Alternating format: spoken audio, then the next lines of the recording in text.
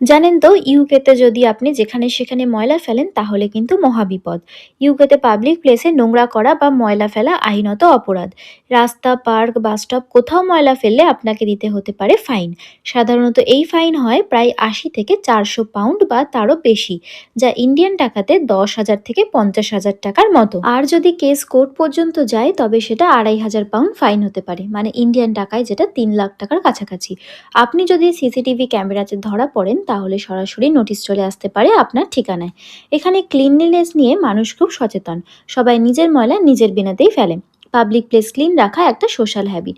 আর একটা গুরুত্বপূর্ণ বিষয় হলো এখানে সব জায়গায় প্রচুর ডাস্টবিনের সিস্টেম আছে। রেসিডেন্সিয়াল এরিয়াতেও রাস্তায় আলাদা বিন সিস্টেম থাকে। Recycle, food waste, general West সব আলাদা করা হয়। তাই ইউকেতে যেখানে সেখানে ময়লা ফেলা শুধু ব্যাড হ্যাবিট না, এটা পানিশেবল অফেন্স। ক্লিন এনভায়রনমেন্ট রাখাটা এখানে শুধু রুলস না, এটা নেচার।